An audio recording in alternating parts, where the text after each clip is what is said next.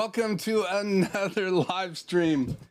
Let's find the back glasses so I can see you guys better tonight. Don't want to miss anybody, so let's change glasses. Oh man, we're gonna do a little adjustment here. I apologize.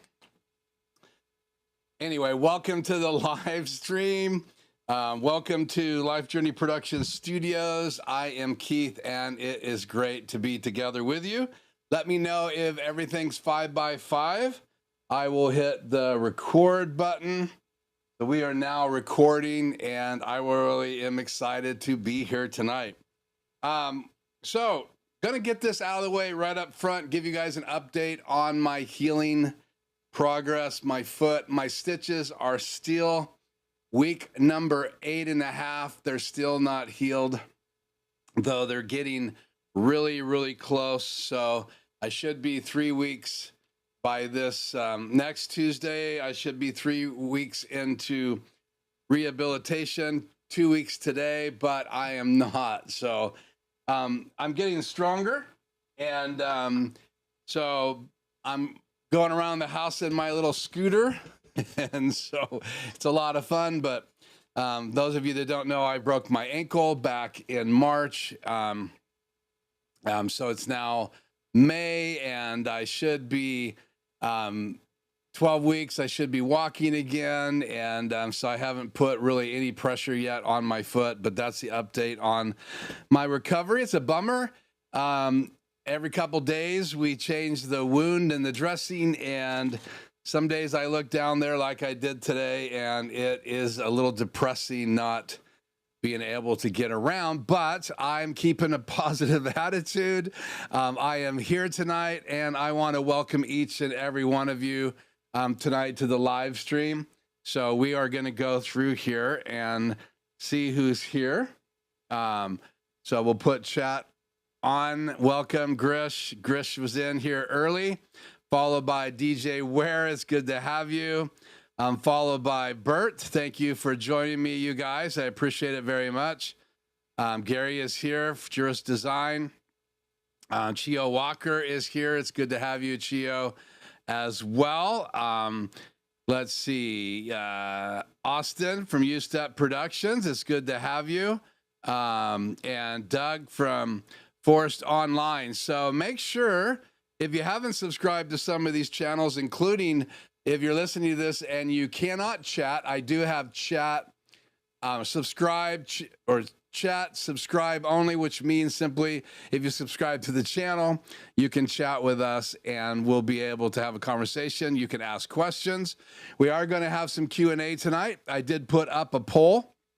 As I welcome you, should I rebuild the studio? We're going to talk about 2025. I've been doing a lot of NAB research. I've also done research on the audio side of my business. Life Journey Productions is my business. And, you know, the last couple of weeks we've covered audio.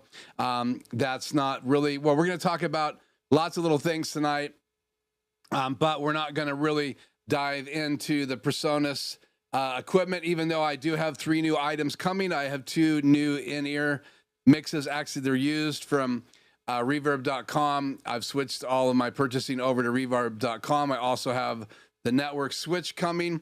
So I'll be able to power those in-ears mixers over Ethernet. So we will hook all that up next Tuesday live. So we'll be able to come out of the PreSonus StudioLive 32 SC right directly into the switch, and then the switch to all of those 4 in-ear mixes. I'm also going to give you the access to hearing the in-ears next week, so stay tuned for that. So basically, I will mix in the in-ear, be sending a signal to channel 2 of my ATEM Extreme ISO number 1, because I have 2 Extreme ISOs, so join me for that. That'll be next week. But tonight, as I welcome everybody, we're asking the question, 2025, what could you build? What are the availabilities for tools in the day that we live in? You know, we'll have trade shows throughout the year, but this is our topic tonight. Let me just pop that in there. We'll take that chat down here, clear that. So building a studio today, what is possible in 2025? That's tonight's still image, and we are going to talk about what's available out there that you can build in 2025. We're going to look at some new devices now. Covered some of these devices, but tonight I really want to focus in on what I'm thinking and I'm processing. I would like to hear what you're thinking and processing. If there's some piece of new equipment, like right up here, I have the Insta360 Link 2. It is a 2 gimbal device, not a 3 gimbal. And then when I show my other sky cams as we're opening up the live streams, like I can pop those on the air right now. And you guys will see it. So there's a shot from my Insta360 in the back of the room. So that's always a lot of fun. Let's get chat back on the air here. So again, thank you guys for joining me. That's what we're going to talk about after I get a chance to wax eloquent here for a few minutes.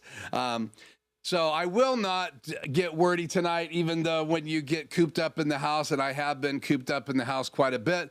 The good news is Saturday, Sunday, pretty much most of Monday, I was actually out of the house. Shannon and I were shopping. We're going to talk more about that in a couple weeks.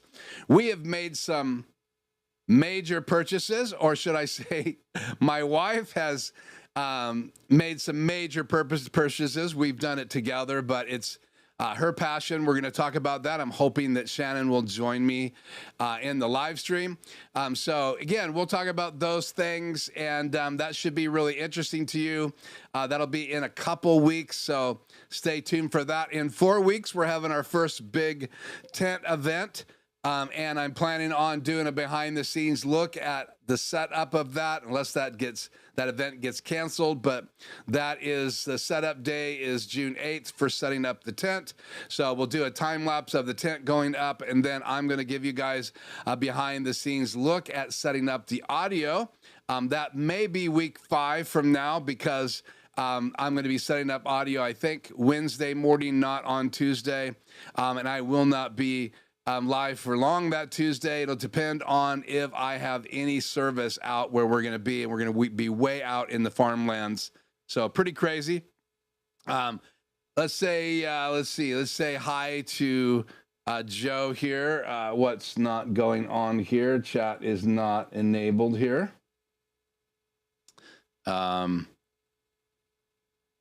Transition that. So hi to Joe tonight. It's good to have you. Tech for Fun. Also to have Tony. Hello. It's good to have you guys here tonight. I miss you guys when you're not here. I'm sure TVJ is getting ready for his live stream. We have back-to-back live streams, myself and TVJ, who's a lot on the channel a lot. So go check out his live stream tonight. It's good to have Tim here from Melbourne, Australia. And maybe we'll see David tonight. Not sure if he's traveling or not, but David Osler is now, his channel is called Before We Kick the Bucket, I think is his new channel name. So it's good to have you. Grish says, hey, he's back in the chat. So I think that's everybody. Jay is not streaming tonight. He is going to stream next week. Well, good. Hopefully we'll see Jay tonight in the live stream. So again, tonight's topic, for those of you that just popped in, we are going to talk about this right here. So, and I can change the look here. Let's go like this, and turn the key off the air here. There we go. So we are going to go through some devices. Let me change the still image to that. So that's going to be our topic tonight, building a studio today. I have a poll up. If you haven't already seen the poll, it is up there for you guys to respond to. And that is, should I rebuild the studio? Now, just so you know, I was planning on making some major changes in the studio. Then I broke my ankle. So right now I can't do much. So that the transformation has been postponed. But now I'm considering completely rebuilding the studio. So I would probably do the behind the scenes of that. That would have to be probably in July. I'm pretty busy in June, but let me know if you think I should do that. We have 83% of you saying yes right now out of 12 votes. 17% of you are saying no, don't rebuild my studio. So again, we want to talk about this topic. So building a studio today, what is possible in 2025 when I built this studio? I started in my bedroom and had this desk that I have in the studio right now, which is a corner desk in the corner in my bedroom. And over my shoulder, it shot down the wall, and you can see the little end table next to our bed. And there was a window on this side of me in that shot, and it was a good shot. I had a light, a big light with a softbox above me. The window provided some fill light and a little bit of separation light. So give me a little light on this shoulder. And so I started there. That was mainly just testing things, playing around. I produced a couple videos for this channel. Then I moved into this room. This was my man cave. We set it up. I took the 3 leather chairs out, sold 2 of them. One of them still in my living room. That's the chair I've been spending a lot of time in. And so anyway, that's my story, and I'm sticking to it. So that's been about 3 years now, maybe 3.5 years. So if we rebuild it, and it looks like votes are coming in to say I should rebuild it, we'll just say hello here. We have guests from Germany. So it's good to have you. Toto, I believe, is the correct name and pronunciation, hopefully. Well, it's 1:11 in the morning. Well, thanks for staying up with us or getting up super early with us, Toto. I really appreciate you having you here, and it should be a lot of fun. Now, I don't want to spend too much more time just talking, but again, I gave an update on my ankle. Again, you guys know I broke my ankle in March. I had surgery. I have plates and pins and screws in my ankle. The inside stitches on the inside of my right ankle bone has not been healing very well, though I am probably 85% there now, maybe more, maybe 90%. So hopefully in a week, I will be able to start putting the boot on and doing some movement. I have to be super careful, so I've been going around just with a wrap on it, some gauze, and then a sock, and being very, very careful. So got a lot of things coming up in June. I need a miracle recovery and be able to get back up on my feet very soon. So again, thank you guys so much for joining in tonight. So let's just do chat off the air for now. So thank you for joining me. So let's dive into this topic. As you can see, I still have my StudioLive console back there. So let's take just a few minutes and let's put up one of the devices. If I rebuilt my studio, I would probably then build it around a new switcher. My switcher number 1 has been giving me some challenges. It did not stop recording last week, but it has been stopping recording at about 1 hour and 47 minutes. I don't think I went 1 hour and 47. So maybe it's overheating. It does get pretty hot in here. So I would probably make some changes and use, oh man, somehow I programmed this with a key on. So with a new device by Blackmagic Design, and I have links of some of these devices I'm going to talk about tonight. They're Amazon associate links. So I really appreciate if you decide to get something that I talk about here on the channel. There's a link in the description below. If you use that, I do get a little kickback from Amazon. I just want to give full disclosure, but this is not available on Amazon yet. Blackmagic Design said this is going to ship on June and July. This is the device that I think a lot of people have been talking about. It is the ATEM Mini Extreme ISO G2. So we already have an ATEM Mini Extreme ISO, but this is the Generation 2 version. And you can see there is a lot different about this device. I have it up here, large just next to me, smaller in my confidence monitor. But here's the thing that really jumps out to me about this device, and that is that it has XLRs in the back. I think I have a picture here. Let me drop this in. So having the XLR jacks in the back to me is a big deal. I think it's going to be better for feeding it audio. And so if I did rebuild the studio, let me hear your thoughts. I would be rebuilding the studio around at least one of these. Now you gain one more HDMI output, but you also gain a lot more audio features. So you may be using that third HDMI out like they designed it specifically so you could see the audio page all the time. So I can see the audio page right now on my ATEM. I'll bring that up so you guys can see it. Let me change what is in Super Source box number 2 here. And I'll make that my laptop, and then we'll go to the audio page. Well, that didn't work. What happened here? ATEM ISO box number 2 laptop. So let's get the audio page up here and bring it over.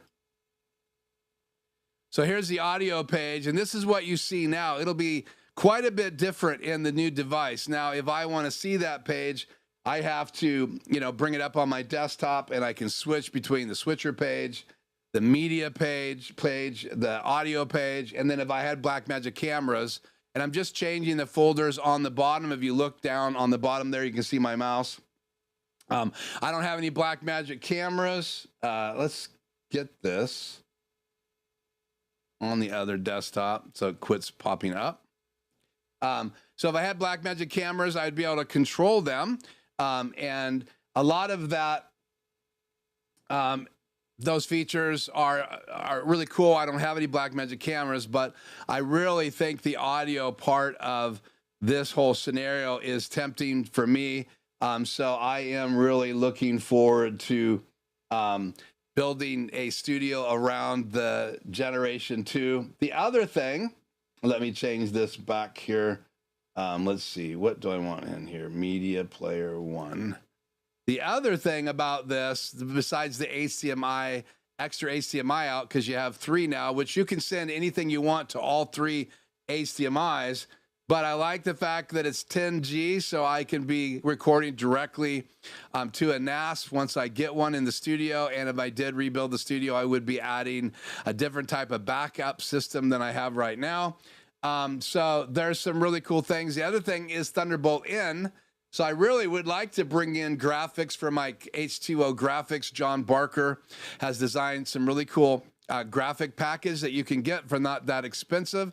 I've been thinking about getting a copy of ProPresenter because I do have some clients that use it, and we might use it in our tent events. And if you don't know anything about ProPresenter, it's very popular with churches. It's a really good software for displaying graphics on the screen, but it has cool features, and you can send it to multiple outputs. This would only give me fill and key. If I use this as a Thunderbolt device, I would dedicate a laptop specifically to it. So that's really one of the things that I'm dragging my feet a little bit. The other thing I really like about it is it has MADI in. So I could be feeding in audio into it through MADI.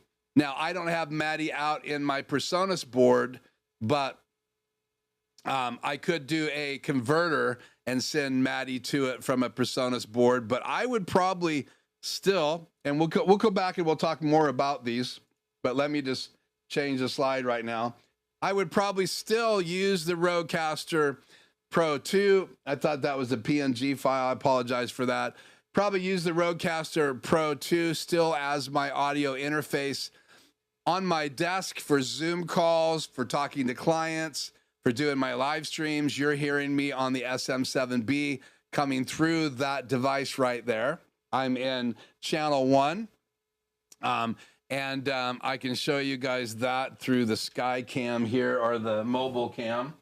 So let me fire this up. Most of you have seen this before, but just for the sake of interest tonight,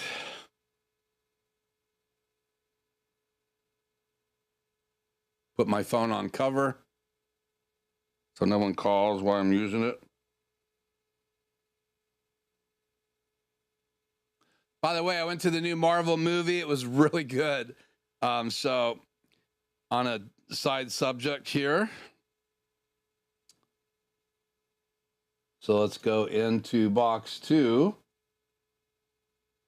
And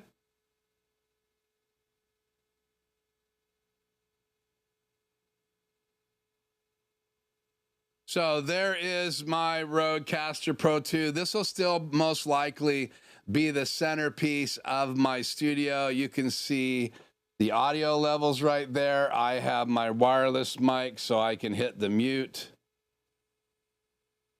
This one. And now I have mic number 2. You're hearing the wireless go mic right here on my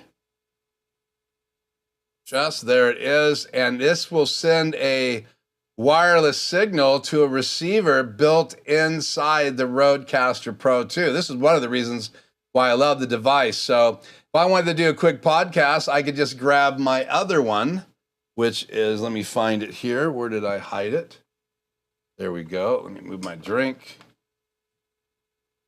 Let's switch this around again, not making you guys too dizzy, I hope. But here is my case. So I definitely, if I would recommend, if you are buying this set, that you would buy the new Pro version because it's got 32-bit float. Let's unzip this. This charger is sold separately. So I have my receiver right there, and you can see I don't have to use it because there is a receiver built into the Rodecaster Pro 2. So here's the other mic.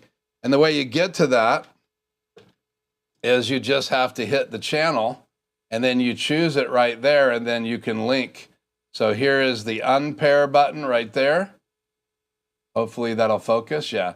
And then you can unpair it and then repair it. So I can have up to 2 of those at the same time. So if I wanted to, I could fire this one up and put it on another channel.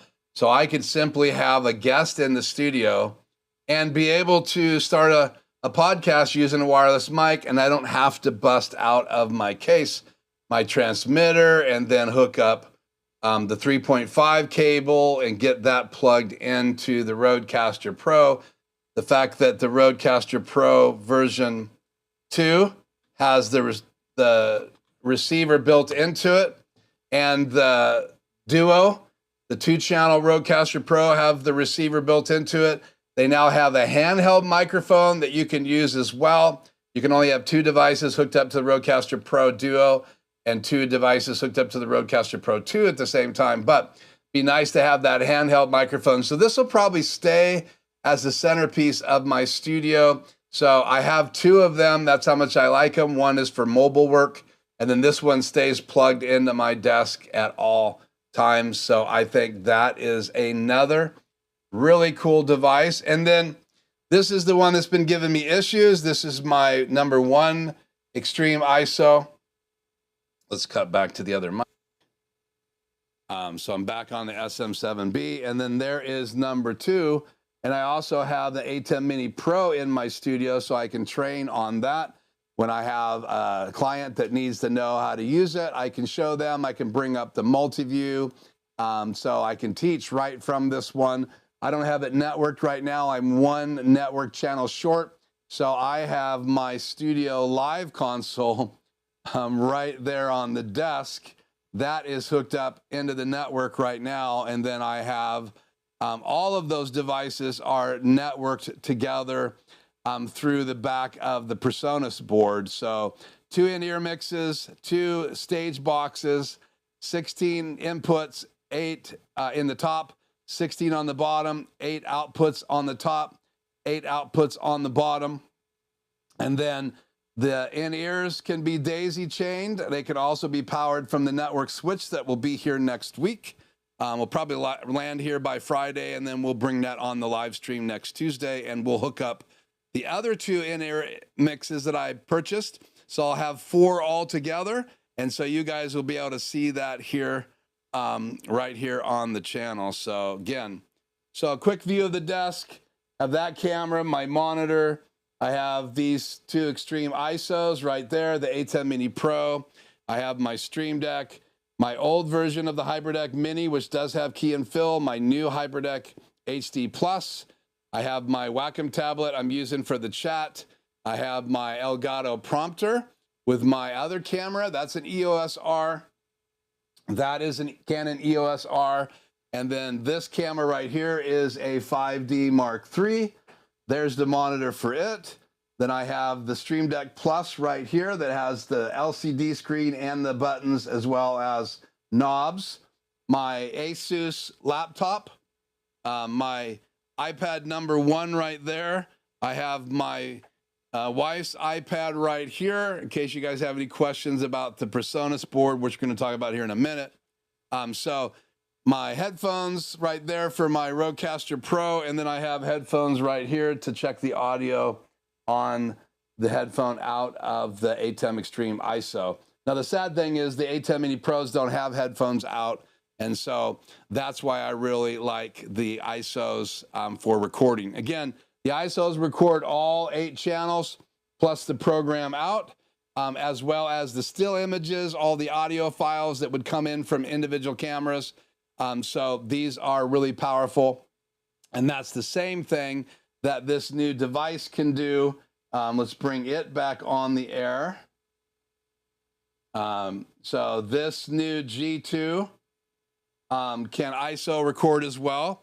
So I'm thinking right now the G2 would be the centerpiece. I would be coming out of the right and left of the Rodecaster Pro 1/4 inch into the back of the G2 1/4 inch right and left. So I would pan the channels right and left inside the control software for the ATEM Extreme ISO G2. And then I would have lots of cool features. I would have 3 HDMI outs, and I could get maybe one more thing that I've wanted to do in the studio available. So again, if you're gonna have guests in your studio, you need confidence monitors for them. So that's why it's gonna be nice to have 3 different HDMI outs on that device. So that would be new. The Rodecaster Pro 2, I already have 2 of them. And so now let's just real quickly, let's talk about this next device. I definitely would probably go to this new shuttle that Blackmagic Design announced. I like the monitor in it. I like the queuing features. I like the knob. You saw on my desk, I have a the shuttle original version right here. So I have the original shuttle right here, but they've added a monitor to it. They've added some really cool features. So I absolutely think that the new version is going to be a yes for me in my studio. So that device, sorry, that picture is so small, is definitely something that I think has some value to add to the studio. So I would be playing videos back from that. You can see it has lots of outputs. Here's the back of it. So you can see it's got fill and key. The shuttle does not have fill and key. And if you don't know what fill and key is, check out my HybridDeck HD Plus series on my channel, or my HybridDeck Mini, the original version, on my channel, because I talk about fill and key and I talk about it a lot in my videos. But so animated graphics, being able to do really cool things, playback, replay. There's just lots of things that you'll be able to do with that device. So that is something I would add. And you can kind of see what you could do with it, right? You even have, if you get Blackmagic Design cameras, you have this new camera controller device, and then you can just switch cameras and use that to control camera 1, 2, 3, 4. So in reality, that's a pretty nice setup. You have the new shuttle Pro on the right-hand side, you got the G2 in the middle, and then you have the new device that Blackmagic is offering there on the right. So now if I do redo the studio, one of the other things that I am planning on doing is having a way to stream mobily. So either I'll get 2 G2s and take it with me mobile when I'm doing live events, because I want to record the live events. I may not stream them, but the G2 would be a perfect ISO recorder. I obviously could take one of my older Extreme ISOs as well. But again, the 3 HDMI outs are really good because I do need to send a single input up to the front of the stage, split it, so I could dedicate one for the front of the stage. So again, I am really debating about what I can get, but here is the other device that I'm really considering too. And you guys don't know what that is. Let's just go over here and change things around here again on my desk. Gonna move this here, the control software back over here. Okay, and let's go right here.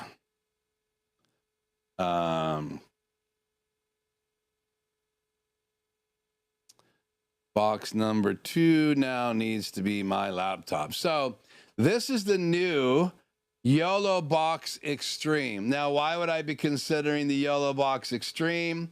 For a number of reasons. You can see it has, like the G2, it has 8 inputs. It only has 2 HDMI outputs, but again, I'm talking about being mobile, and I'll talk about why I would consider this device.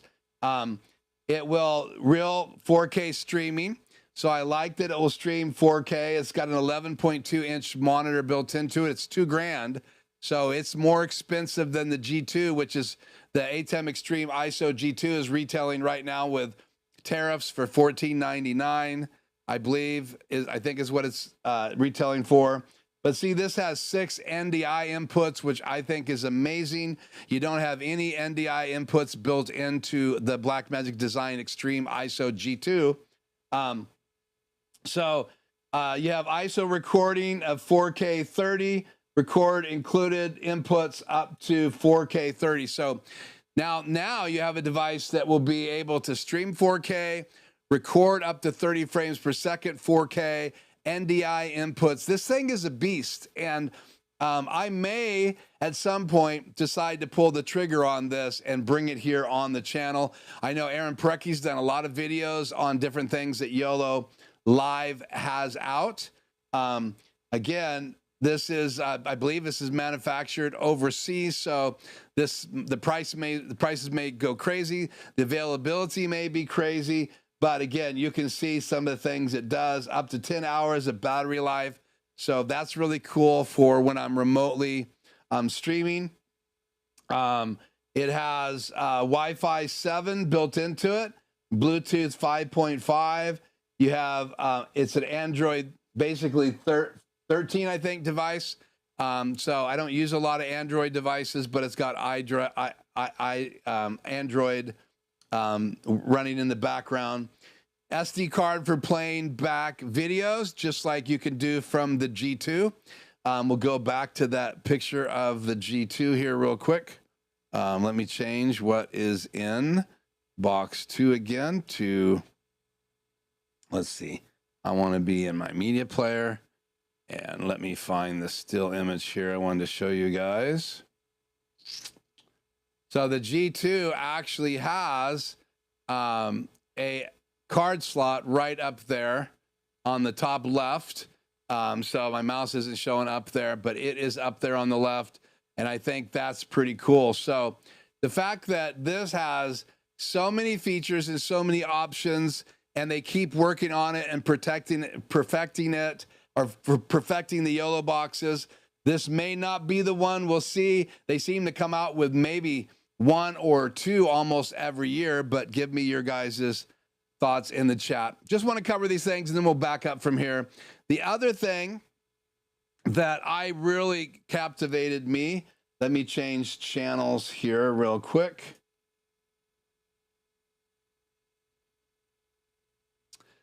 This little device has really caught my eye. So this is the OBSBOT Tail 2 AI-powered camera. It's similar to the cameras I have in the studio, the Insta360s, but if you look at this device closely, you can network it. So you can communicate it through the network. You have HDMI right here, so you can use this as a camera in your live streams.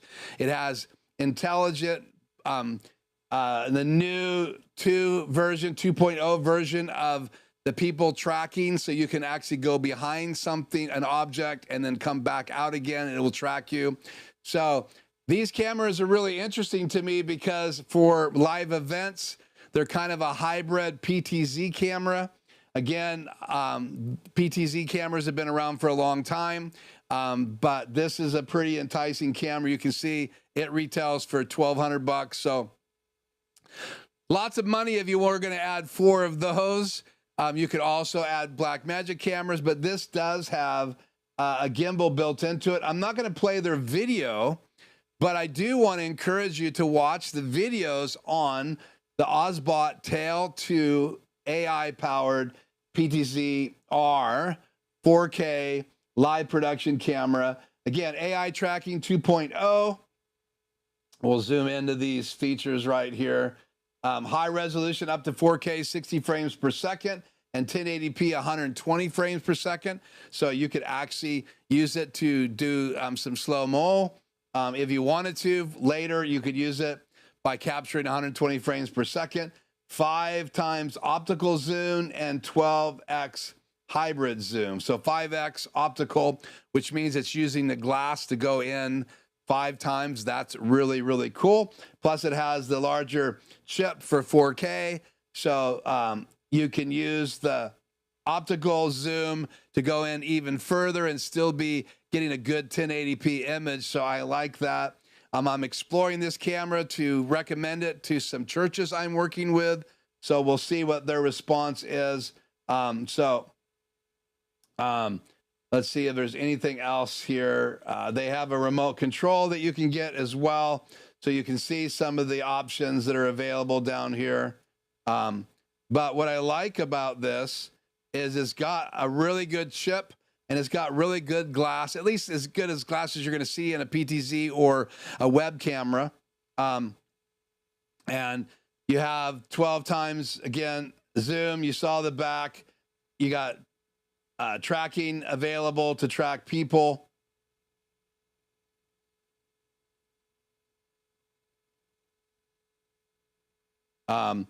You have the app that you can use. There's just a lot of features that I really want to look into. So really cool little device that I think could be something that I could put in my rebuild of my studio. So I got more. Let's take a break here and put chat back on the air. Let's see if anybody else popped in. Let's see. Let's just go back here and play catch up. Let me turn this chat. Should be available here.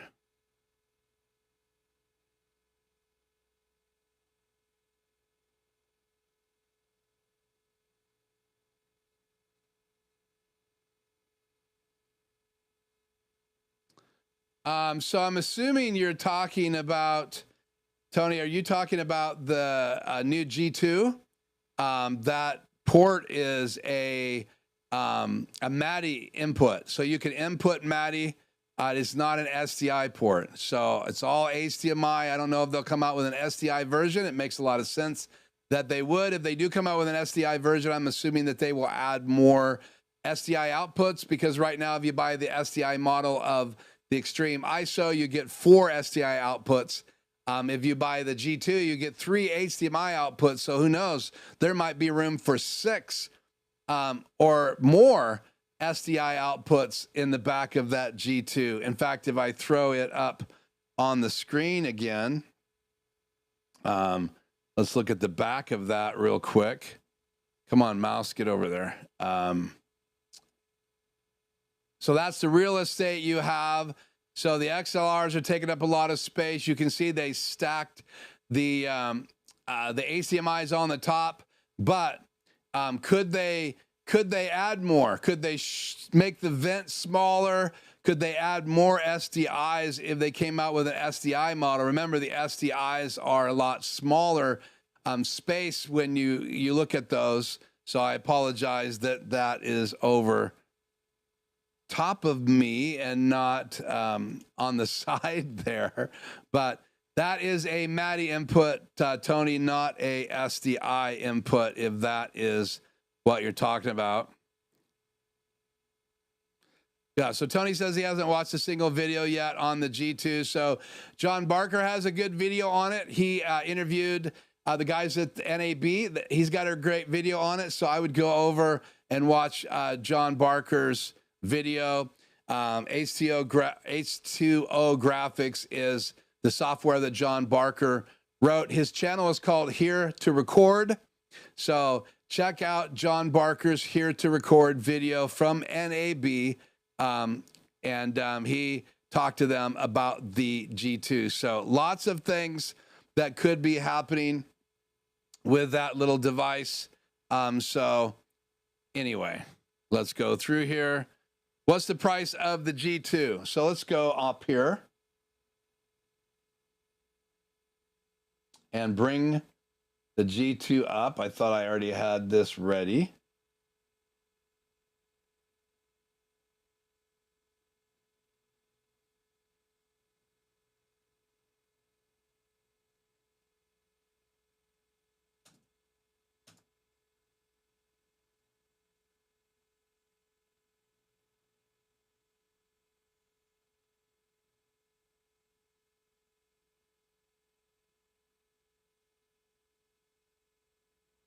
So there you go, $21.95.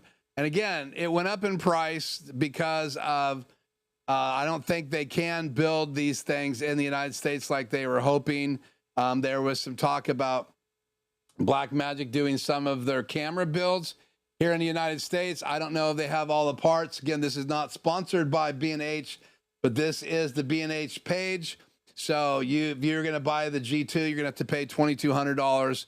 That's a lot of money, but all of the things that Blackmagic Design are selling are going up. So I apologize for that. I don't have any control over their pricing, but that's what happened. With all those inputs, do you think about getting a 2ME? Yeah, and that's the big device that everybody would probably consider.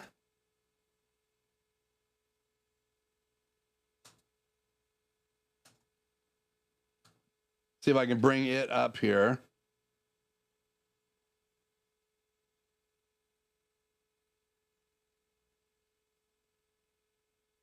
So here's the 2ME.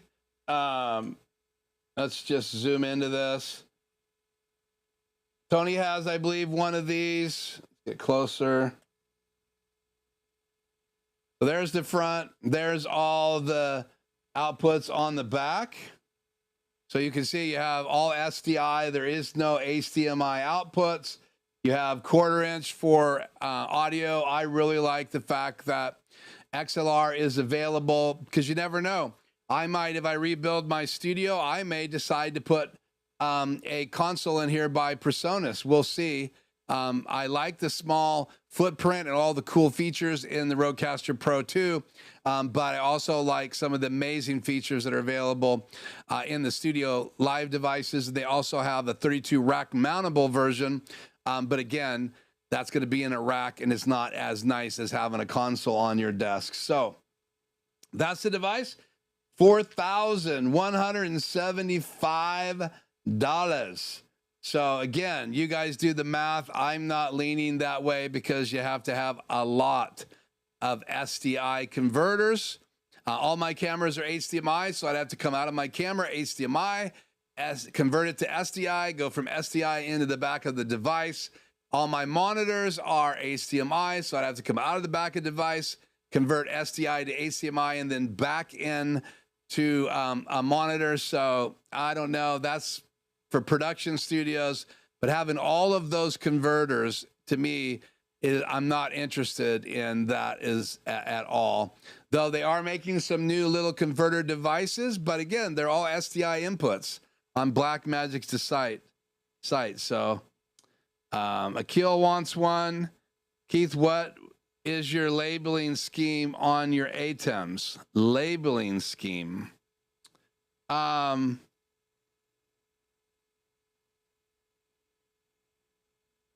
labeling scheme on your ATEMs? Oh, the ones here on my desk. Let's just go and show it to you.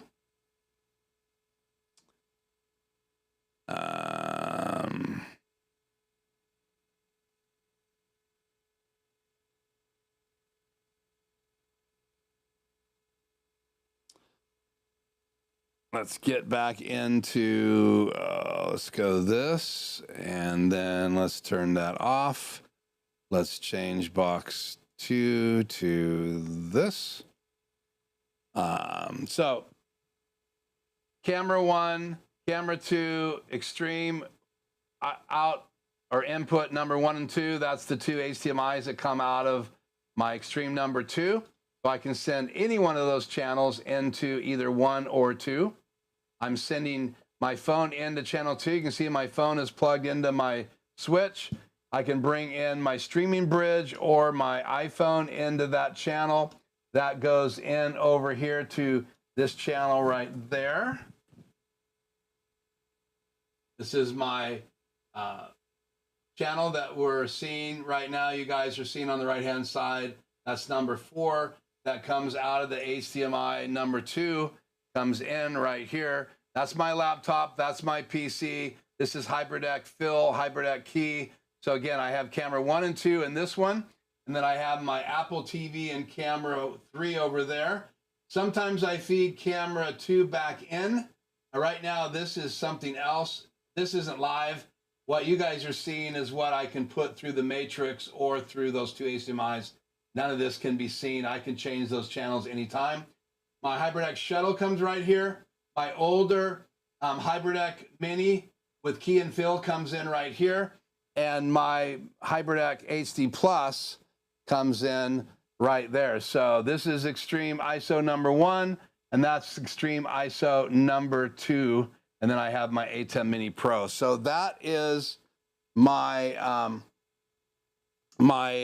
labeling of my 2 ATEMs. Now, obviously, that will change if I get new devices. So iEdit projects, good to have you.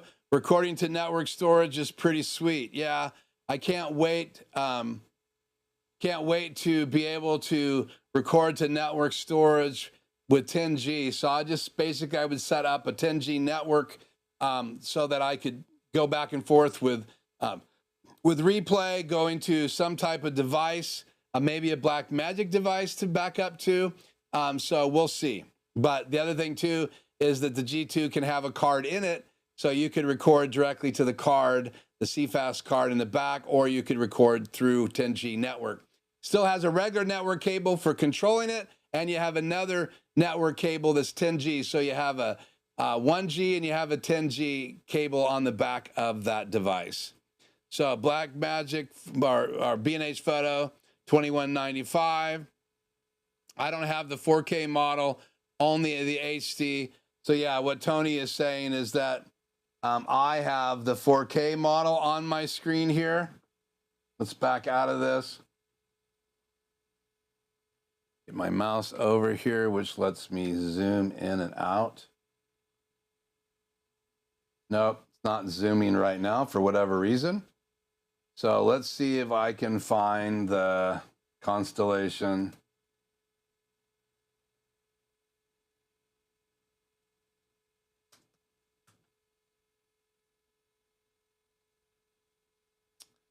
That is the Constellation 1ME.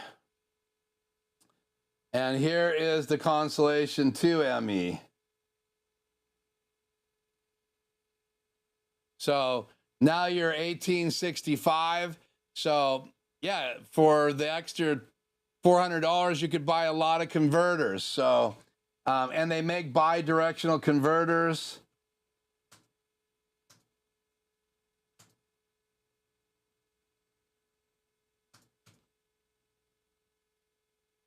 So there is the converter SDI to HDMI. Here is the converter SDI to HDMI, 69 bucks. Here is, I think, the micro converter SDI to HDMI 12G. Here's the 6G that actually has audio in and out. So this is a great converter if you want to embed audio.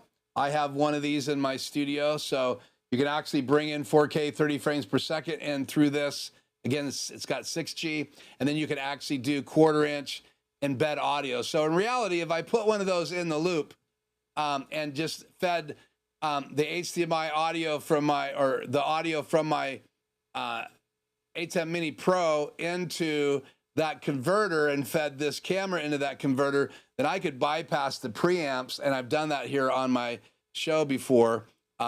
Did a whole live stream doing that. So go back and Google that. So 6G SDI converter, you should be able to find my videos on that device. So, so again, they make a bi-directional Blackmagic design converter 12G.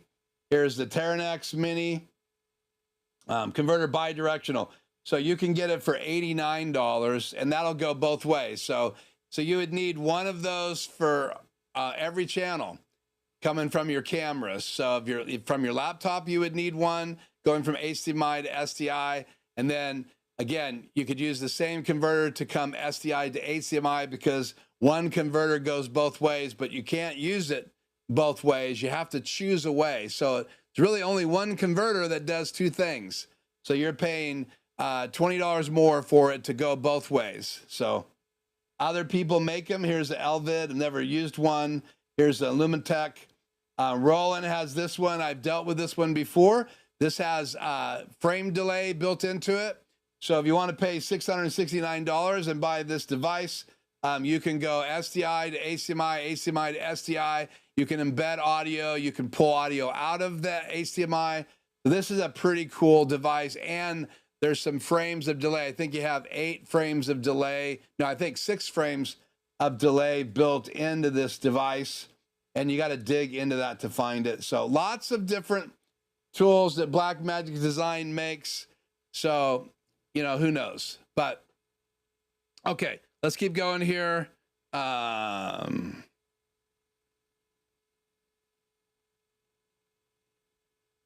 The 2ME you showed was the 4K version, correct?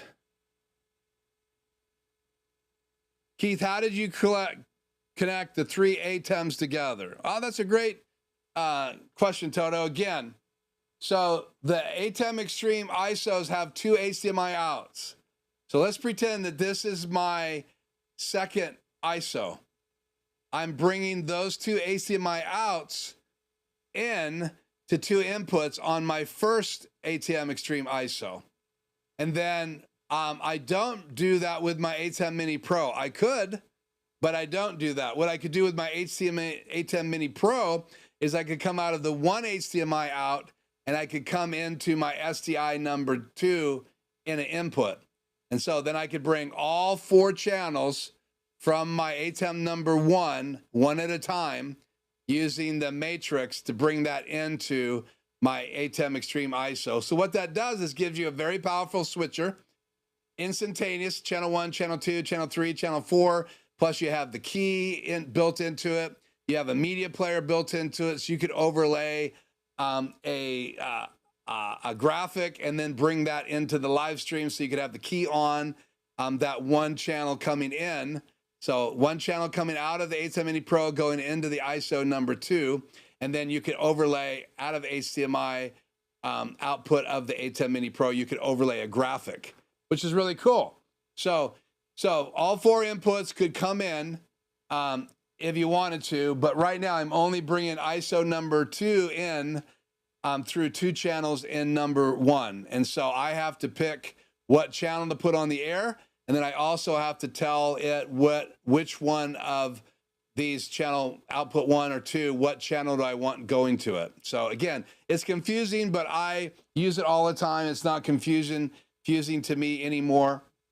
And I think I have a whole, let me see here. Let's get out of that screen. Let me turn your chat off real quick.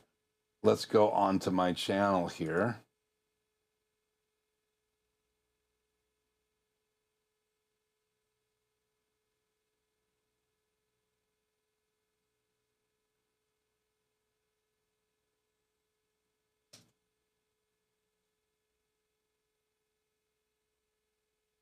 Okay, Let me do this. So right here is the video. Let me put this link in the description. Combine 2 ATEM Extreme ISOs. Here's the link. Let me copy everything before the question mark. You guys don't know why. That deletes the tracking information.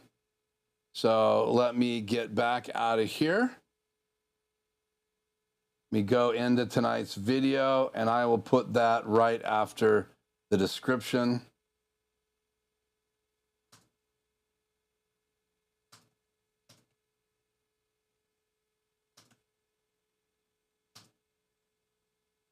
So that is now copied in the description. And into the chat. So there you go. That takes you through it. I think if you just searched on my channel, 2 extreme ISOs, a couple videos will come up that I talked about that. So anyway, let's go back to chat on the air. You are welcome. Okay, we're caught up. So let me go back here, turn that crazy key off, and bring up. So I don't have this microphone in the studio with me, but this is the pod mic. The pod mic, for many people, for $100 is one of the best mics out there for podcasting. So I just wanted to bring this up. I own 4 of those. So part of what I do in the studio is when I'm doing a podcast on the desk, like my wife's podcast, I can have 2 of those on the desk. I have 4 of them that I can take for remotes. So what I'd like to be able to do if I redo the studio, is I'd like to be able to find out a way to be able to have 4 people in here and do a podcast. Now, it's not a big room, so I'm not sure how that's even possible, but if I took everything out here or got out a clean piece of paper, I'm sure I could figure it out. I don't know why that's green. I thought it was a PNG, but again, so the camera that I might add is that Tail Air 2, and I already have the pod mics. I have 4 of those, but if you're going to build a studio, I would highly recommend picking up a couple of those. They have kind of a pop filter foam piece just inside that front grill. And again, it has a really cool look. They have a newer version of that will do USB and XLR, but it is a regular XLR microphone. If you want the USB version, you can get that as well. It's quite a bit more money. I think it's almost $200 or more.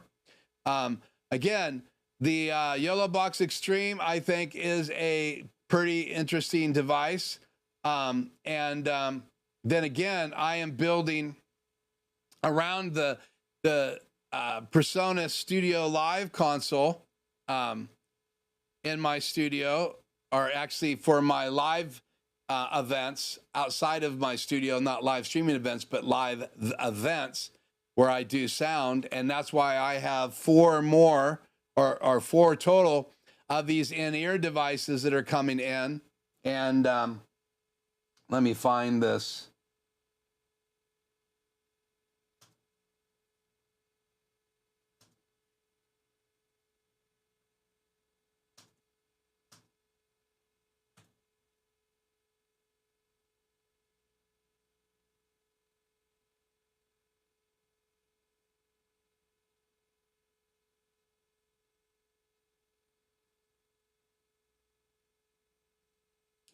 So I have this SW5E coming as well. So I have 2 more of these in-ears. I have this SW5E, but you could actually do a 16-channel Rax mixer, and then you could control it from the iPad. So there's an iPad app that gives you total control. So if you wanted a 16-channel PreSonus device and you wanted to network in-ears, you can. So it's pretty powerful of what you can do. So I can walk around with this big 13-inch iPad and adjust EQs, walk all the way around the room. And so I will be using this big iPad. My other one will be on my desk using mix effects and I will be recording on an ATEM Mini Pro when I'm in those tents, just keeping the recording file of the main program out. So the switch is coming. I have 2 more of these in-ears coming.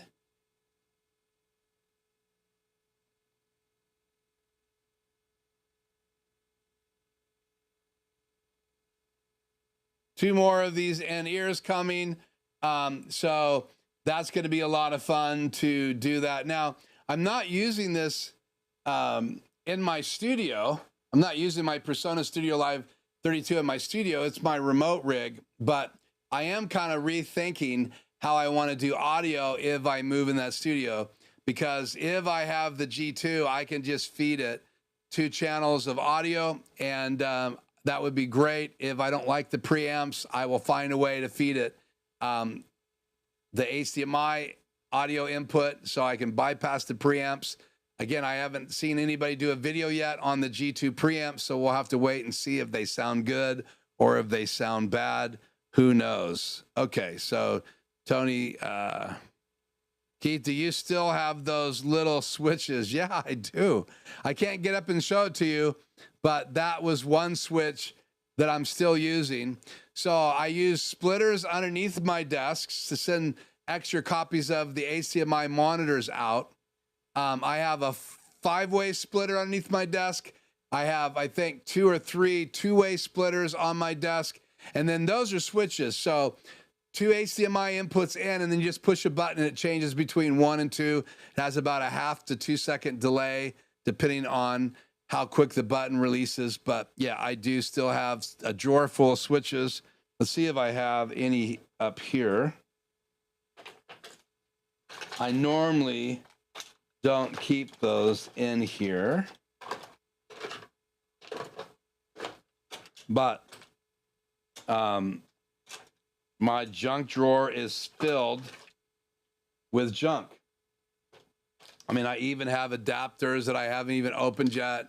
These are USB-A to USB-C 3.0 adapters, and I already have a plethora of adapters in my drawer.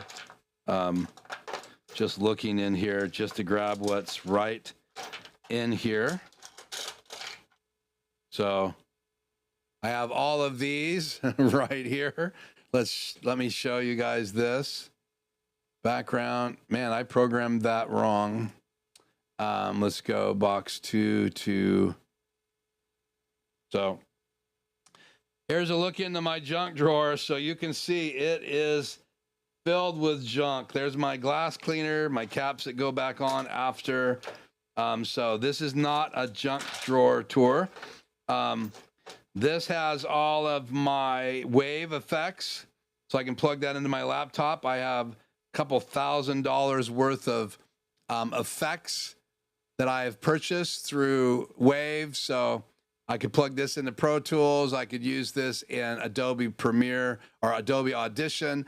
I could use this with Studio One software, but I have some of my software on there.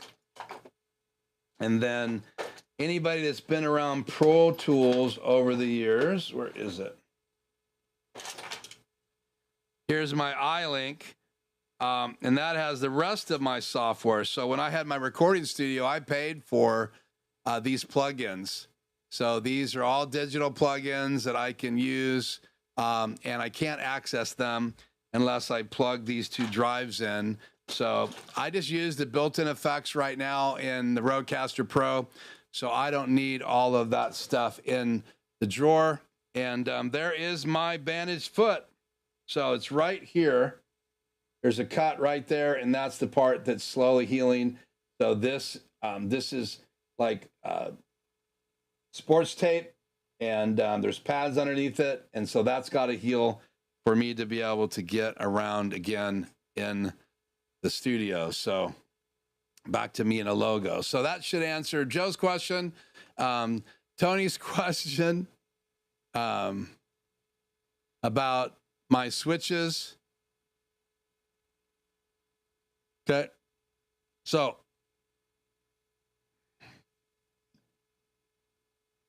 Chaos in a box. That's so true, Toto. No question about that. So, okay. So, let's see. Anything left that I haven't talked about? Okay.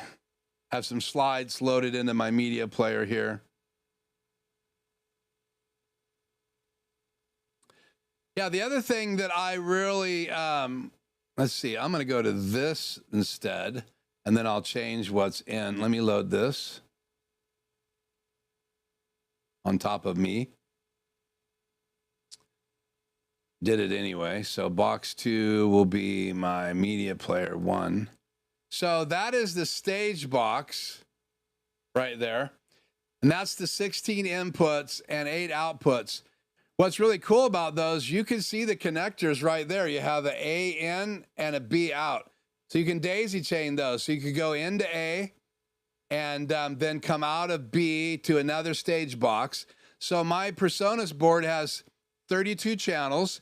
If you bought the one that I had here on the screen right here, if you bought this 16 channel, then you would have 16 inputs on the device itself, or you could come out the back of it and use the stage box, just like you see right there. So let me go back into here again. I want to talk about this some more.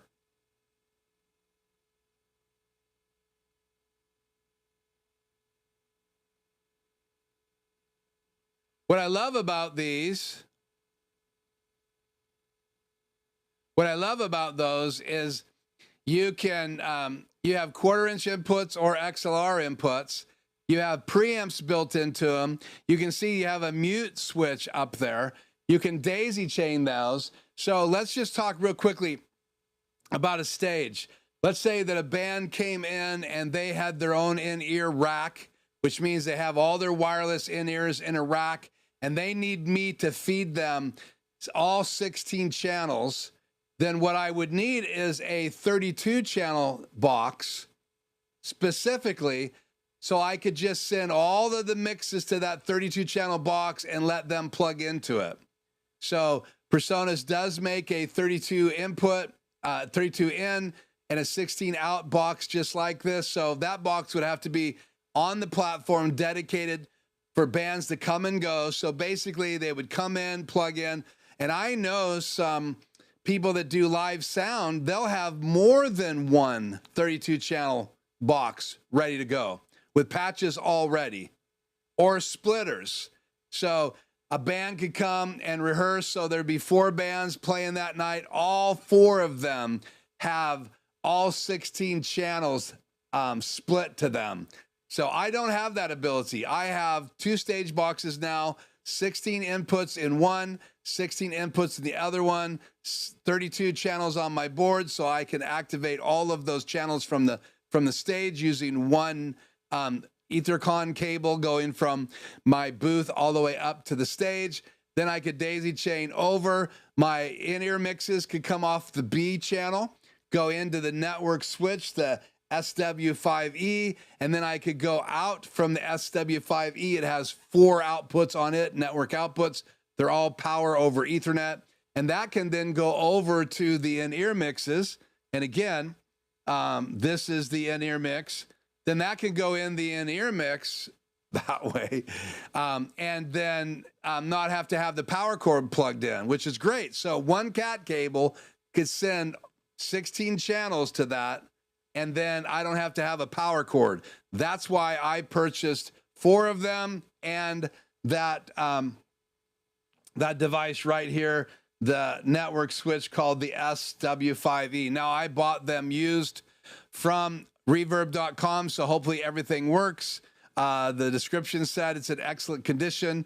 One of the other in-ear mixes was in the box. Actually, both of them were still in the box. And one was semi-used and the other one was hardly used at all. So that gives me 4 when they get here. And now I'll have the network switch. I ordered cat cables. So we're going to hook all of that up next week. The reason I'm bringing that up is I love the fact that you can then put these stage boxes wherever you want. So I could have one on the right side of the stage, one on the left side of the stage. I could have another cat cable going over to another tent, plug in 2 speakers there, plug in some microphones there, and then I could send an aux mix over there. So there's lots of things that you can now do with a digital network, and I talked quite a bit about that last week, so we're not going to talk about that tonight. So I'm debating about if I will build the new studio. Am I going to use the Rodecaster Pro 2, or am I going to go to something like this 16-channel rack mounted for in my studio?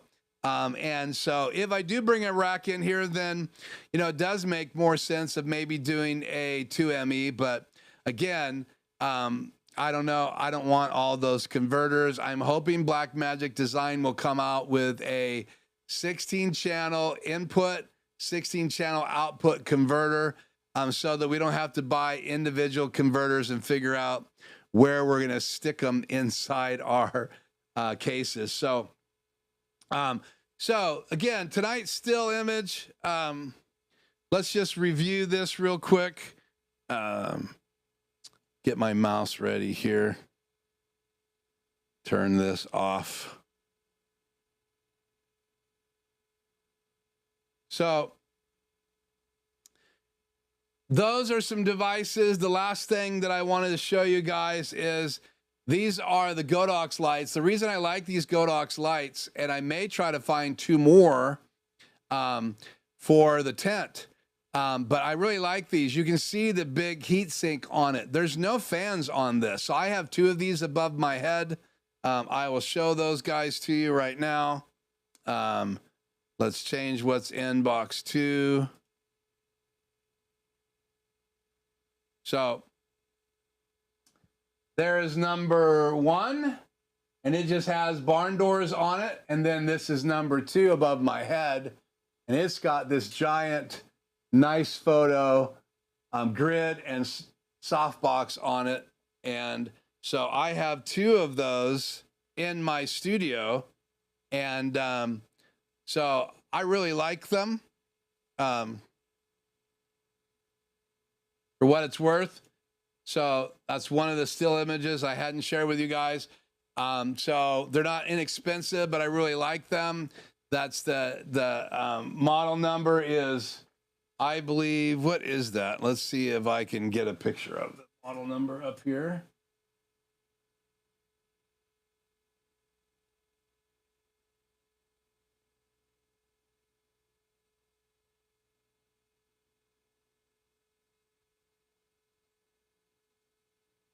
Oh, it's not on that one. Where is the model number?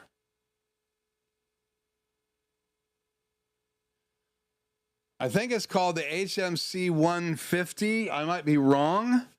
But again, no fan noise, so it doesn't matter to have it fully on. But again, that's an LED light. It's just a bicolor light, so keep that in mind. It's not going to do like RGB. It's just a bicolor light, but it gets very bright. They've been very consistent in my studio, and I have the remote control. It did not come with them, so I purchased a remote control, and then you can choose the channel, the MIDI channels, and you can control it over Bluetooth wirelessly. And so I really like that. There's also an app on your phone, and those are things I really like. I would love to just put those up in the trusses and have a couple of those and be able to control them from a remote, not have to use a light control panel, but because all we do is turn floodlights on when we need stage lights. We don't do a lot of color, even though I am going to add some wall color to the back of the tent this year. And I do have a big light controller that someone donated to us that I use. I think it has 16 channels. So anyway, so those are all the things tonight I've been thinking about that bring into the studio. Again, I really like this setup right there, right from Blackmagic Design's page. I grabbed that graphic, so that's right on the home page. So you have the camera controller right there on the left. If I ever grabbed a Blackmagic Design camera, I might use that to adjust the colors. There is the G2 in the middle, and you got the transition bar, and then there is the new shuttle with the monitor, and it's got some really cool features in it. So if you have not, like Tony, watched any videos on that device, then I would really recommend that you go over and look at John Barker's. I'm just going to look for it right here. Here to record. John Barker G2. Let's see what comes up.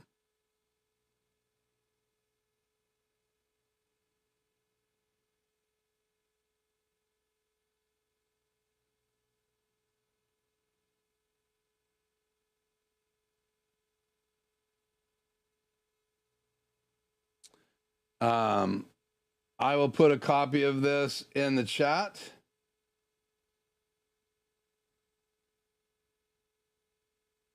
John Barker's video. There he is talking to the rep at NAB. So we'll copy this.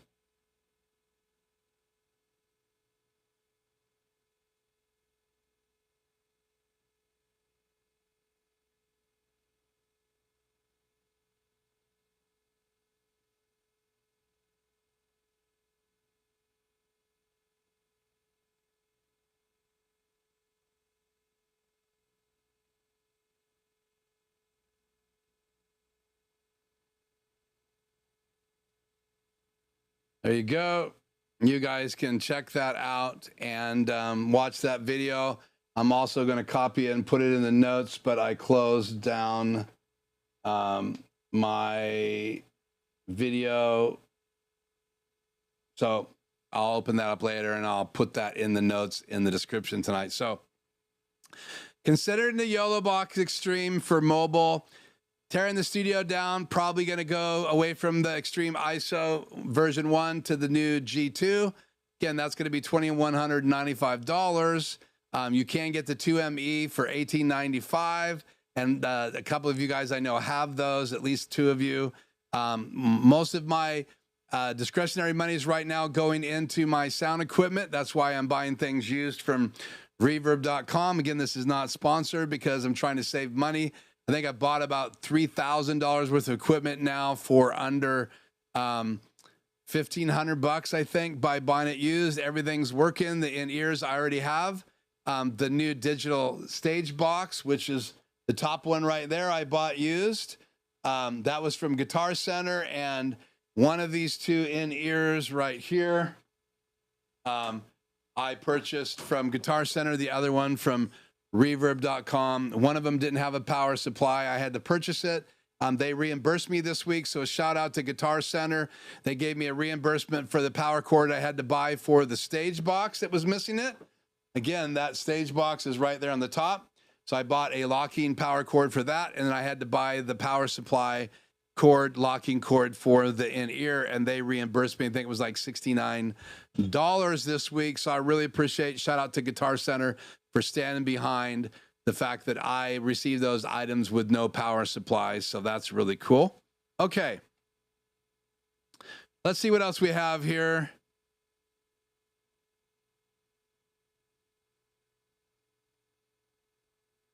Yeah, the reason I moved my purchasing to reverb.com, Joe, is because I had that experience with Guitar Center.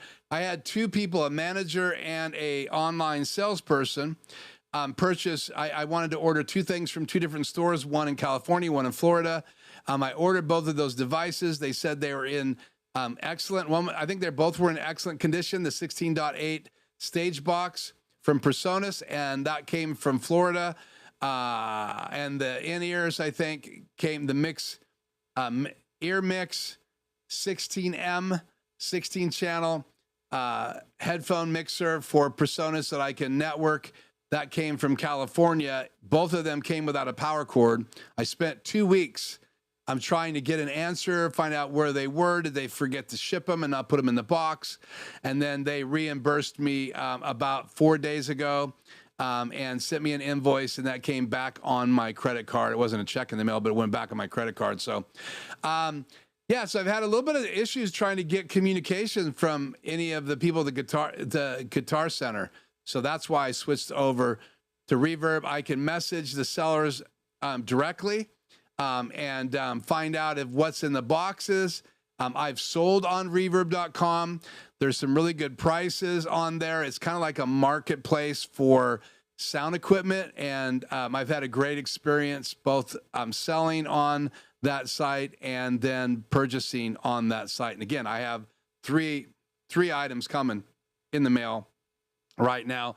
I ordered them last night. I think I got shipping alerts on the Switch and one of the ears, and maybe on both of them. We'll see, but they're being shipped, and they'll probably come ground. They should be here by the weekend, or at least by Monday. I should be able to have all of that here. The other stuff I bought from Amazon.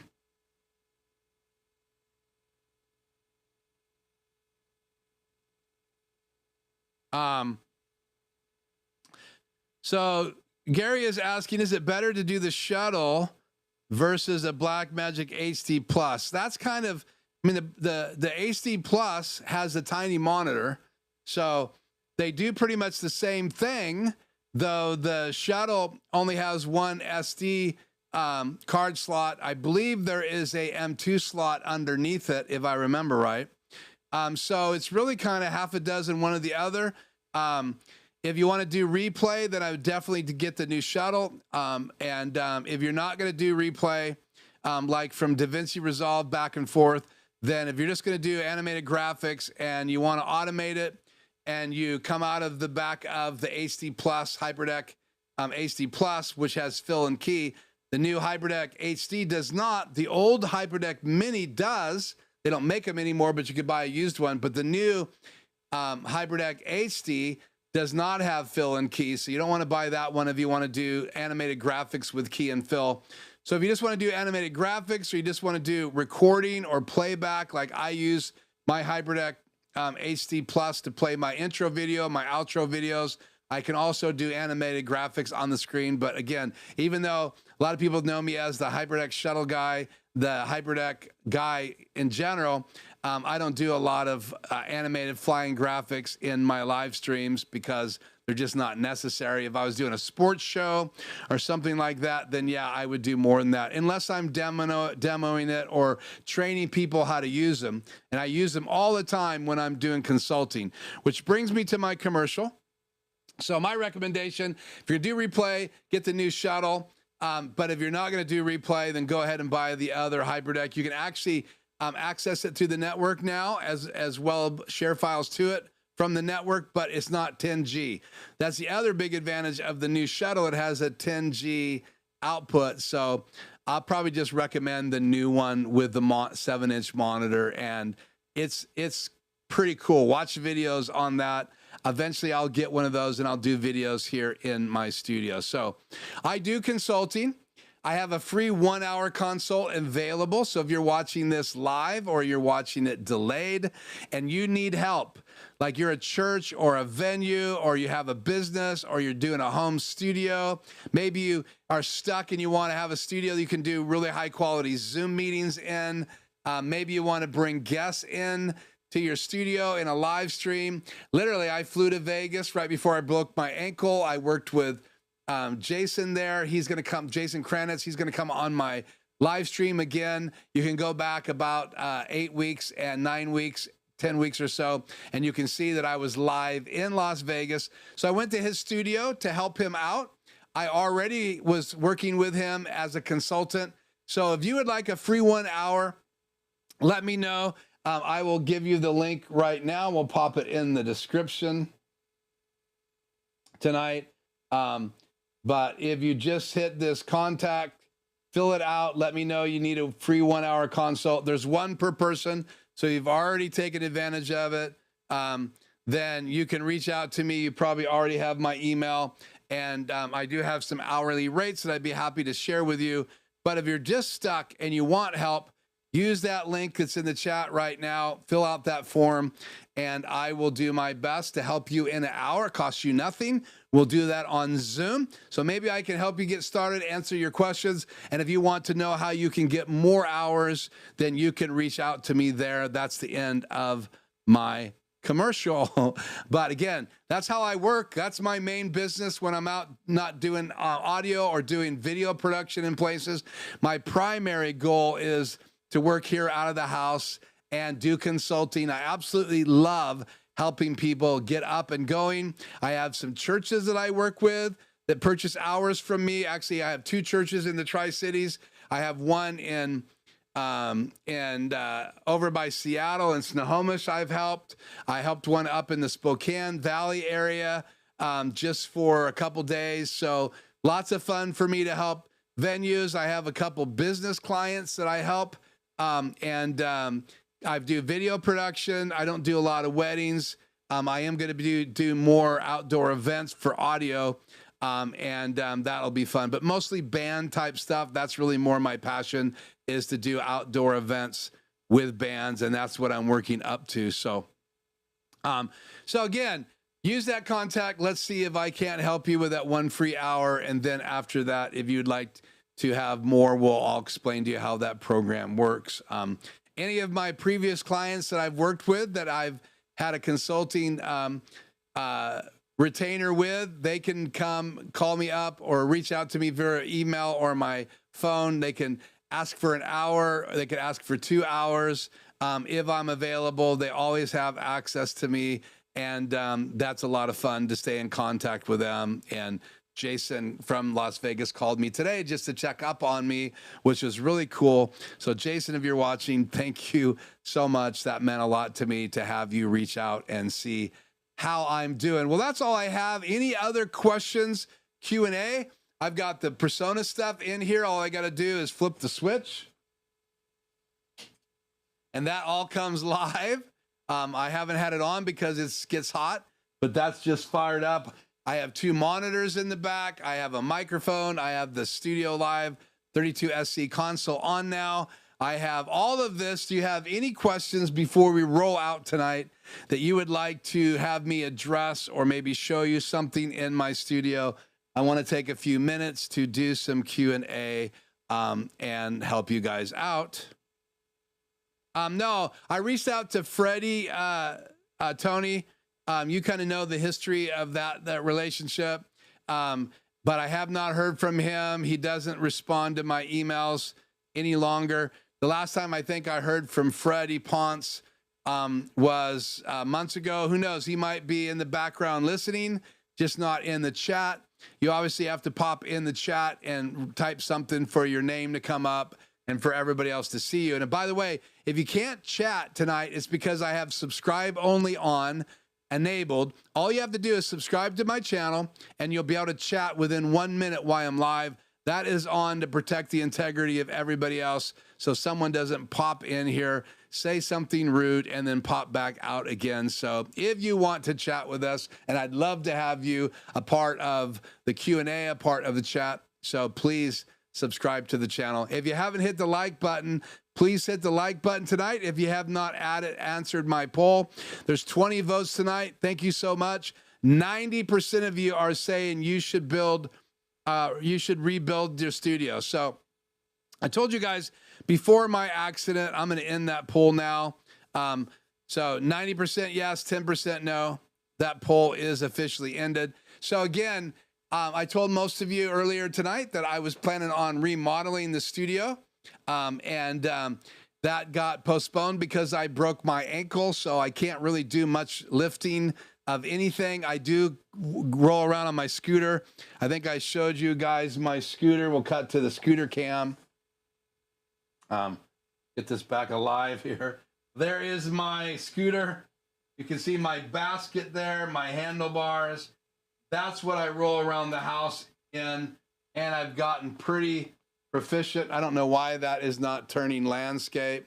That is so weird. What is the deal? Sometimes that works. Sometimes it doesn't. Let's unplug it, plug it back in again. It is not turning landscape. So that's my scooter. Sorry about that. I'll give you a landscape view of that instead. So there is my scooter. There is the basket. So that is my story, and I'm sticking to it. So that's how I get around. So I can go make breakfast as long as I keep my right knee on that scooter, but my foot does still swell up. Until those stitches are completely healed, my foot swells up and I have to elevate it. That's what I'm gonna be doing. That's why I'm trying to keep these live streams to an hour and a half. And then, man, that's irritating that will not flip portraits. So what I'm gonna do, I'm gonna close all these apps. There's 500 of them open.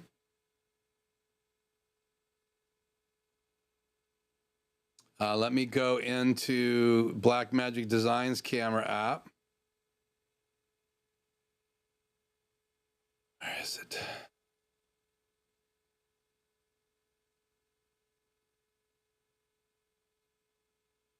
There it is. Much better. So I have the pillow right there. I back that up, the seat, to right here when I'm working in the studio. Back this up. So much junk. You see how much junk's in my studio right now. That chair's full. I have 2 monitors back there. There's Jack Sparrow. And so anyway, everything's on. So I put the pillow on this, and then I have to prop my foot up right there or it swells up. And so I have really been limited, but I still have come on live at least 4 of the last 6 weeks, and I just want to keep building the channel. Thank you so much for subscribing. Thank you for those of you over the months and that have actually done super chats. That money goes right back into the studio. I get a check from YouTube every couple of months. It's not a lot of money. I have, I think, almost 2,600 subscribers, and I might see $112 every 2 months. And my Amazon associate links, I might see, I haven't seen a check in a long time from Amazon. So obviously people aren't using those links, but I usually might get a coupon for $26. And then again, I use that to purchase things for the studio. And again, if you just add up what I've purchased in the last 5 or 6 years, it's thousands. So don't look at YouTube as a huge money maker when you only have 2,500 subscribers. It better be a passion project if you're doing that. But it has helped me with my consulting business. So a shout out to every one of you that's actually ever purchased some consulting time.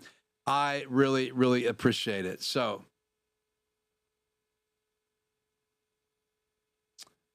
this is a great little comment. Let me put that back up again. Chat on the air. Come on, get up there and stay. So Gary says you need to drop a 454 Hemi on it, and then when you get through the wall and neighborhood, you will be at the hospital. Kidding. Yeah, I've had a lot of people saying I should put a motor on that little scooter. In fact, I'm not going to be ready to do prime time when I have to go do this next tent event. We're supposed to set up on the 8th when we can get a lot of volunteers. Then there's supposed to be events starting, I believe, on the 14th. So I have 3, 8th, 9th, 10th, and 11th. Actually, no, I think the 13th, 14th, and 15th, and 16th, there's events. So Shannon was actually looking for a rental cart that I can tool around in. So I may be on a rental cart. The ground they're putting this tent up is out on farmland, so I'm not sure. There might be some tackweeds and some goat heads, which is what we get. They're like little teeny spiky deals. If you could Google it, goat heads aren't like the head of a goat. They're actually little stickers, and they stick to you. They puncture bike tires where we live. So you definitely have to have something that would not be off-road, off-terrain. So I may have to, I don't know, rent a golf cart that has off-terrain tires from the local golf cart company, but I will not be able to use that scooter out there at the tent at all. There's no pavement. There's just a gravel entrance and farmland and grass that's going to be mowed. And then I think they're going to use chip bark to put inside the tent. So it's going to be really interesting because I'm way far from being ready for prime time when it comes to walking around. So I have volunteers that are going to help me set up my sound equipment. I have a guy coming from the east side that runs sound with me. So his name is Joe, and Joe's been running sound for years and years and years, so it should be fun. You should carry an ATEM in your basket. You're hilarious, Joe. Gary, monster truck tires, 6 foot tall. Yep. So I got a hint for you, just a sneak peek. A window sticker. Might not be. Couple weeks, you guys may find out what Shannon's did to me. So well, that's it, guys. That's all I have. I want to say goodnight. First of all, I want to say thank you for everyone who participated tonight. I am honored all the time to have you guys with me on the live streams. It is a complete honor. I hope that this brainstorming session of what's available now that's just a small segment of all the new things that are available. There's a lot of new webcams out there that I'm going to be talking about as they get available and spring gets here. We already talked about the one camera by OC.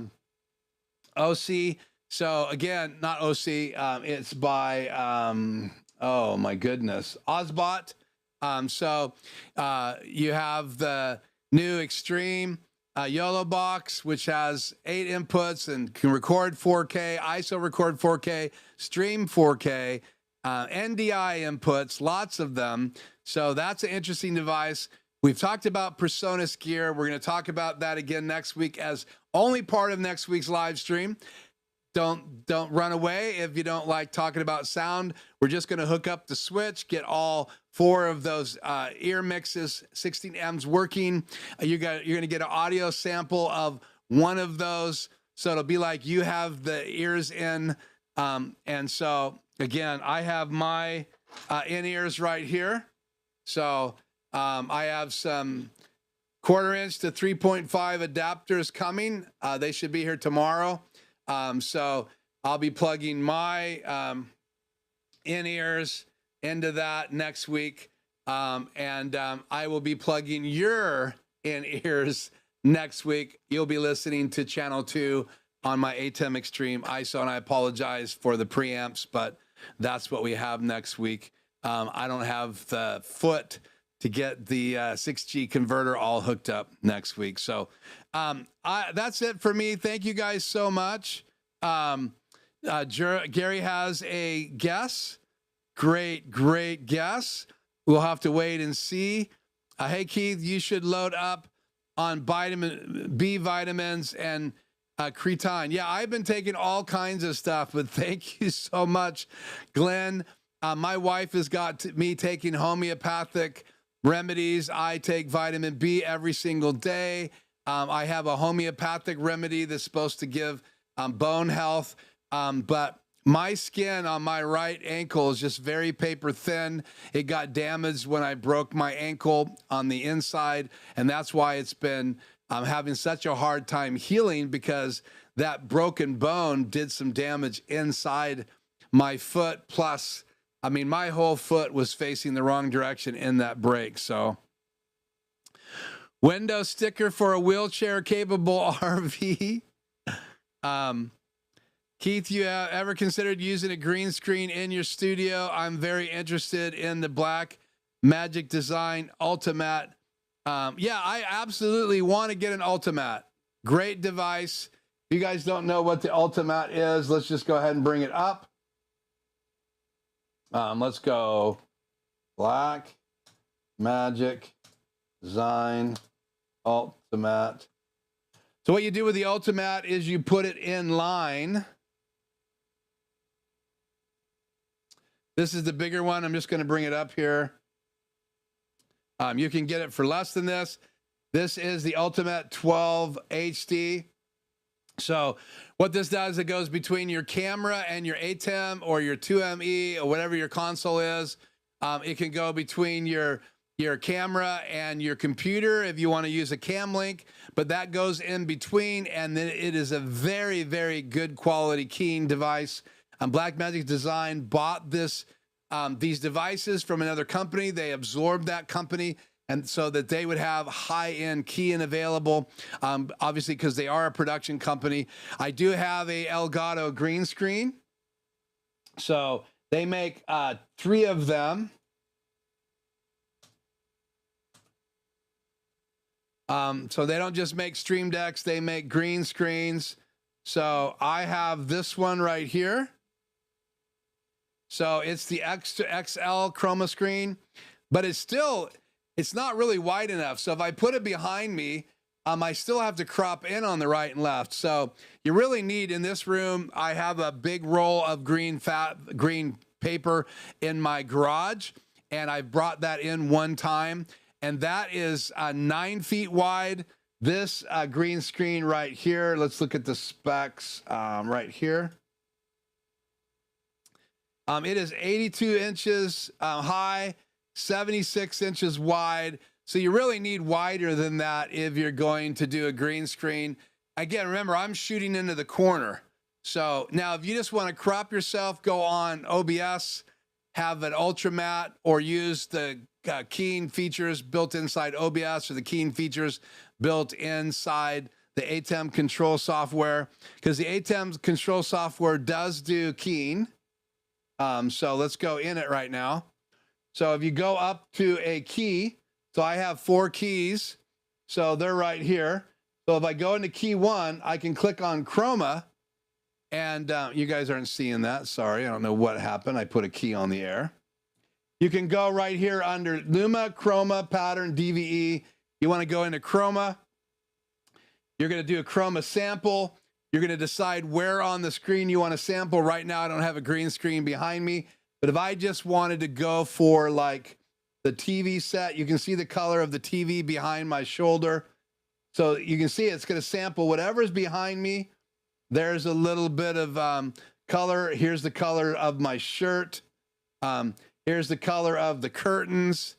Here is that red color behind me. Let's see if I can find it. Where is that red color? Is it over here? There it is. So there's the curtains behind me, I think. No, they would be right here next to my head. There they are. So that's the curtain color right there. I could do a preview. That's key number 1. Turn it on the air, and you can see this is what it's doing because I don't have a green screen behind me. So I could adjust this, but again, I don't have a green screen behind me, but I'm keying right now in the controls. So I'll show you guys again the controls right here and turn that key off the air. So here are the key controls. So you can mess around that, but if I had a green screen behind me, it would have taken the green out, then I can adjust it, and then I would be chroma keyed out. Now, you can't bring the chroma keyed out image into SuperSource, but you could if you had an Ultimatte, because the Ultimatte keys inside the device, and then it sends that clean image into your stream. So I could bring that clean image with a background, because you can put a background inside an Ultimatte. You can also hook into it and add video, so you could have an animated background going on like the ocean behind you.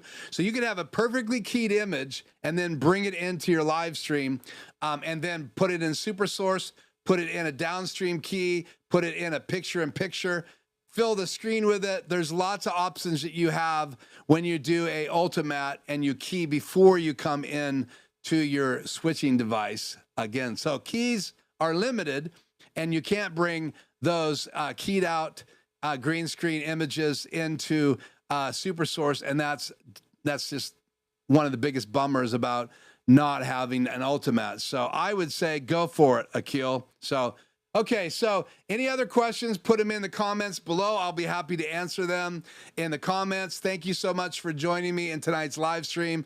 Thank you guys so much for joining me, and I hope to see you soon. Again, if you haven't hit the like button, please help me with the algorithm. I need some help right now on my channel. So thank you so much. I appreciate it very, very much. And again, I hope you guys have an amazing evening. Thank you, Gary. Thank you, guys. And I will see you next time. I'm out.